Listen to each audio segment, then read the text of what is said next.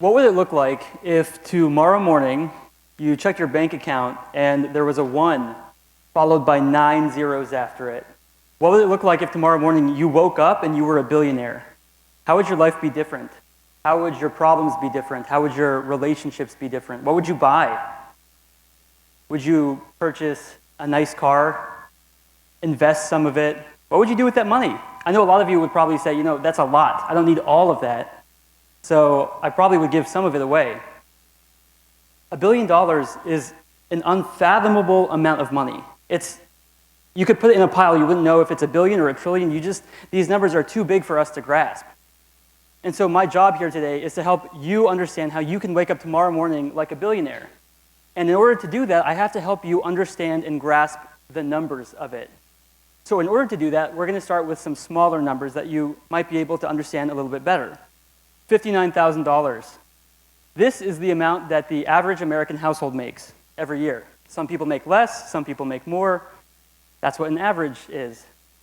This includes people who are single mothers. It includes suburbanites, urbanites, the wealthy, the poor, minimum wage workers, a whole host of people.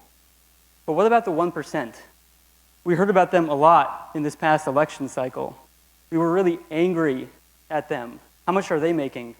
In America, the top 1% make $1.2 million every year. That's new money. That's money that's coming into their bank account year after year after year, and that doesn't even include the money that's already stacked away in their bank accounts. It's a lot. If you compare the two, the average American makes $59,000, and the top 1%er makes 19 times that. If you're an average person in America, you make a 19th of what the top 1% is making. What is going on? But you know what? I'm still early in this talk. I have one more number I'd like to present to you. 621. What's this number represent? $621.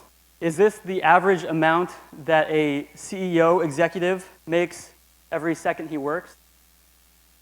Is this the allowance, the average allowance of a kid in the top 1%? What is this number?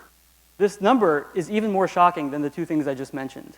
This is the amount of money you have to make to be wealthier than the bottom 50% of the world. The bottom half of the world in 2017 made either $621 or less than that in the entire year. So if you earned $621 last year, you were wealthier than half of the planet. There's 7 billion people on the planet, and you were wealthier than 3.5 billion if you made that amount. This is hard to conceptualize, right? Just like $1 billion, people living on $621 is almost just as hard to conceptualize. How can you even imagine that? The best way I know to explain this phenomenon is called the Pareto principle. It was popularized by clinical psychologist Jordan Peterson. And it works like this. This is a linear digression. So what this means is if you earn $34,000 a year, this is a real statistic. If you earned $34,000 last year, then you are in the global 1%. You make more money than 99% of the world. So $34,000, and you're wealthier than almost 7 billion people. And you would think that the way that the world works, that the way that wealth works, is that there's a linear digression from the wealthiest to the poorest. That's how your mind would tend to conceive of that. So you would think that if the top percent makes $34,000 a year, then halfway down would be $17,000 a year. That's what you would think, right? But that's not how the world works. That's not how wealth is distributed. Wealth is distributed like this. The rich are really rich, and the poor are really poor. And there's a lot more poor people than rich people.